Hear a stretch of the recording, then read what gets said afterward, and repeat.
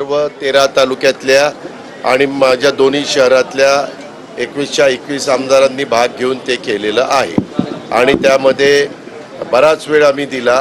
अतिशय चांगल्या प्रकारची प्रेझेंटेशन पण झाली. आपण ह्या वेळेस असं टार्गेट ठेवलेलं आहे की उद्याच्या 3-1 वर्षात कमीत कमी आपल्या पुणे जिल्ह्यामध्ये असणारे पानंद रस्ते, आपल्या पुणे जिल्ह्यामध्ये असणारे शिवचे रस्ते, 2 गावांना जोडणारी जी शिव असते ते सगळे टाईम बाउंड कार्यक्रमामध्ये घ्यायचे आणि तो कार्यक्रम राबवायचा.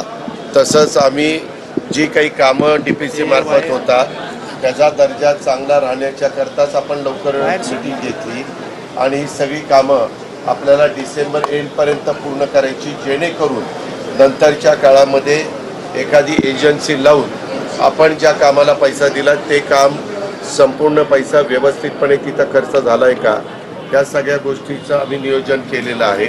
आम्हाला एक अनुभव असा वाईट आला की लोक काही जण 30% 40% बिलोनी जातात, कामं घेतात, कामं करत नाही. त्याहीबद्दल काही वेगळे निर्णय आम्ही घेतलेले.